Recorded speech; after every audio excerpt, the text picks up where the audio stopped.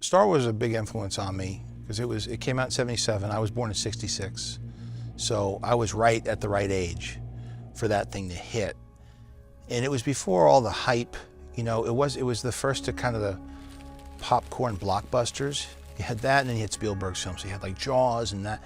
But before then, it was still the '70s. You know, I don't even remember seeing a commercial. I remember seeing like a picture in the newspaper, like the New York Post or something, about the movie. And it was after it was out already, and it was like, this looks pretty cool. Or it was coming out, I forget. And I saw the picture of like Chewbacca and Han Solo, and whatever the headline was, I was intrigued. And I went to see it, and then it was just like, it just pinned my ears back just looking at that thing, and I was just mouth agape. I remember getting a call from my agent saying that Jon Favreau wants to meet you regarding a Star Wars project. And so I immediately said, you know, when and where. I wanted to meet Jon Favreau. I didn't care what he wanted me to do. I had no idea what it was, whether it was a feature or, you know, a cereal box. I had no idea. And so I go and I meet Jon at his office, and he invites me into this room that is basically, you know, corner to corner, covered in story illustrations of this project that he's working on. And there are all of these incredible images of a Mandalorian character. Having seen the screenplay, I immediately had the feeling, yes, there was something of substance there. Storytelling is something which has a perennial stability, probably since Paleolithic times, people sitting around a campfire and telling stories. So this is really good in storytelling, and it has a lot of openings for complete fantasy. And I found the dialogues and the constellations of figures in the film quite interesting. And I had the feeling, yes, that's something I should do. I think Star Wars is such a part of people's lives, and it's something that they just see now on a regular basis, that when you say George Lucas and he created it, I don't think people give enough full value to what that means. I like to think I do, but I worked with him, so I've seen him create it. I've seen the person that comes up with the lines and the dialogue and understands Anakin Skywalker and Luke Skywalker in a very deep level, because those characters are a part of him. And for my part, you know, joining Lucasfilm, I always respected that. I never felt that Star Wars was something that was mine. I felt privileged to be a part of telling the story. I felt grateful that I got to do it with George. And it's very, very pleasant to work on a set where everybody is focused and calm. Never a loud word. I've never heard a loud word. That's beautiful. As I became a bit more of a student of filmmaking, I really began to appreciate the brilliance of Star Wars and what Lucas had created. And then I, of course, started to read more, and the hero's journey and all those kinds of, you know, books, and began to really appreciate Joe Campbell and what he was saying and understand a lot more. Then, for me, it became, wow, you know, it was beyond being groundbreaking, Star Wars was. It was, in its own way, again, like a crack into some sort of other universe that I hadn't been exposed to, you know? So it was pretty phenomenal, not only what it was at the time, but what it has become. The show, to me, in the most basic storyline, is about a man who's been following a way of life and has that way of life sort of upended by the introduction of the baby. And it sort of changes his life, and I think he's reevaluating his priorities and what means something to him in his life in the world. So I think it's really sort of about a man discovering something about himself that he had never known until he met the child. There are such universal themes in the Star Wars stories, and ironically, I think people feel that it, you know, despite being fantasy, science fiction, it reflects the world we actually live in its inclusiveness and diversity and conflict and themes of good against evil and so it's fascinating to experience that as a child, you know, to have your imagination so enriched by these stories, and then now as an adult to look back and rekindle my relationship to Star Wars, and in particular those Star Wars movies and the tone of this series, which I find is a little bit more Empire Strikes Back and a bit grittier and edgier Star Wars.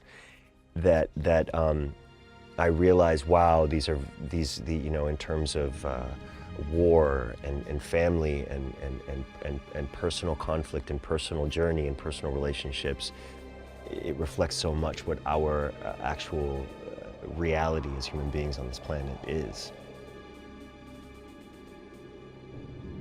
The Mandalorian, whose name is Din Djarin, is your iconically cool, flawed, mysterious, loner, gunslinger, that harkens to the, best of the samurai movies and the westerns. And in talking to John, I asked him what should I be looking at. I know he loves movies, I love movies. What would you like me to watch? I asked him, and he immediately brought up Sergio Leone and Akira Kurosawa, Yojimbo, and The Good, the Bad, and the Ugly. And so he's very samurai, Clint, and me. The Mandalorian, it's interesting. I mean, we all know the helmet, but the helmet is Boba Fett. And that was a big challenge in the beginning of this. And John and I went round and round like, well, how do we tell the story? And it's not Boba Fett, or is it Boba Fett?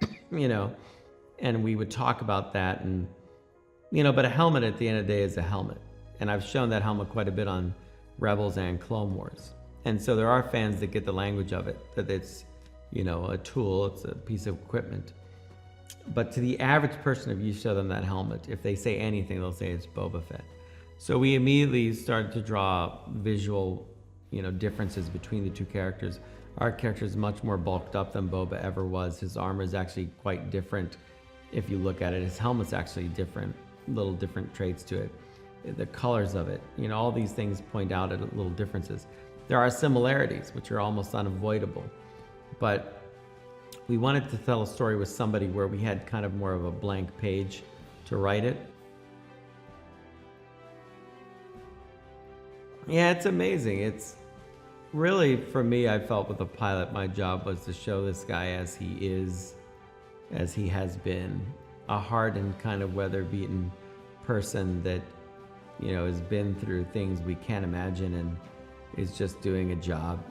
And his job is hunting down beings and turning them in. The consequences of that, the morality of it, I get paid, and the pilot slowly chips away at that idea, especially when he meets the Ugnaught. And this little, being is suddenly helping him and then challenging him. And I think it starts to make the gears in Mando's head wonder, what am I doing here and where is my line? What I've lost this idea of, being a mercenary or being a person. My character, Grief, which is an interesting name, 2 E's, not an I and an E, but he's, in my opinion, a businessman, and he is looking to get a particular product for the highest bidder, or for a client who is looking for something or needs to have something returned. Whatever the case may be, and this businessman supplies basically those people who will go out and hunt down whatever his clients are looking for. And so Grief in this particular story, among others, hires the Mandalorian to go out and bring back a bounty. And the bounty is worth quite a bit more, I think, than even Grief knew in the beginning. Set, we have real cameras and real people. The sets are bigger than they were on Jungle Book, but it's essentially the same formula. And now instead of having a green screen that you have to move around in light, which took forever, and that was really the frustration that led to these innovations, which was how could we do that without green screens next time? And so that led to you have a green stage, you have pre-lit green areas that you could expose, and then it turned into these video walls where you could have green just behind the actor, and then interactive light, which we used on Jungle Book also for shadows and things on the characters. This new technology brings filmmaking back where it has been and where it should be. You can pick up a camera on your shoulder and do some sort of a choreography between your actors, and the parallaxes of the background will be organized. You see the set, and the actors see the set, and they sense it and they feel it.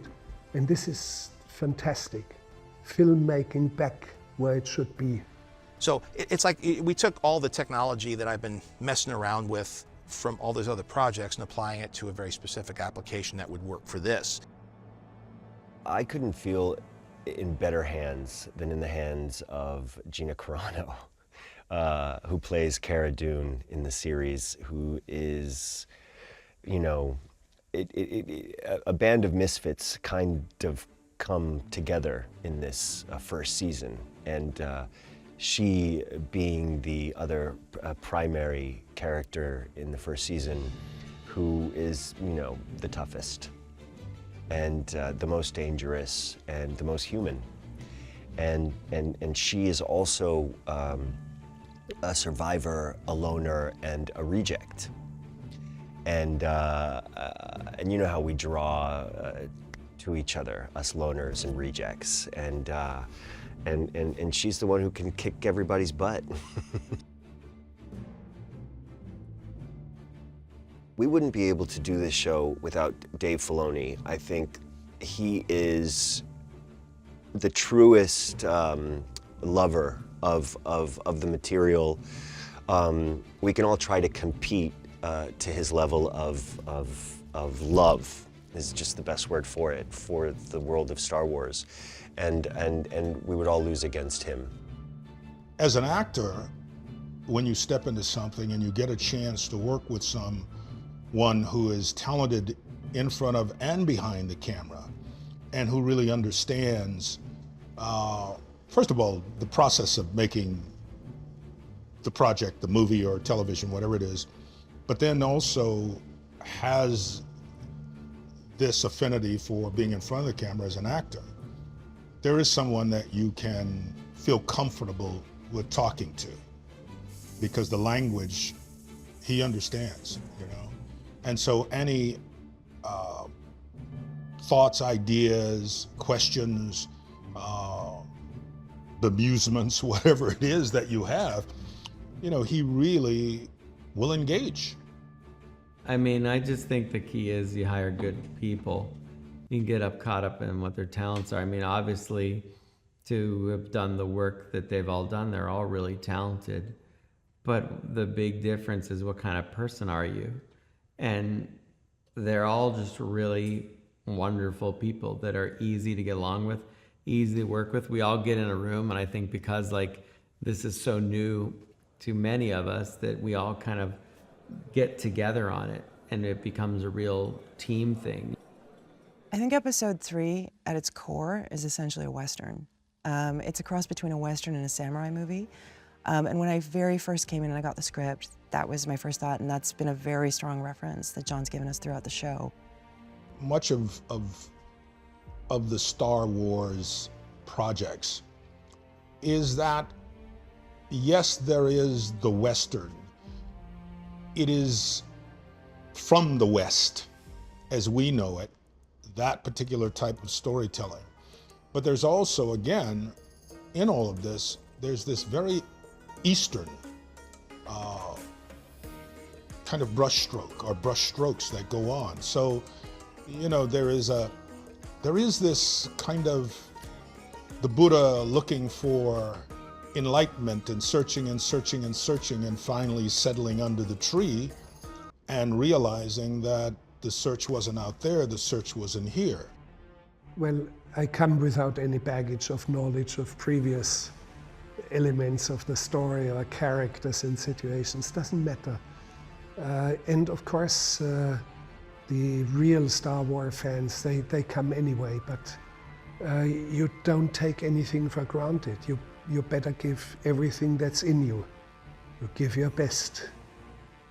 Because there's more than the fans. I mean, the fans see everything anyway, but you have to find new audiences in different countries where Star Wars hasn't been that much present. And you have to expand the mythology. It is mythology of our days, and it's very beautiful.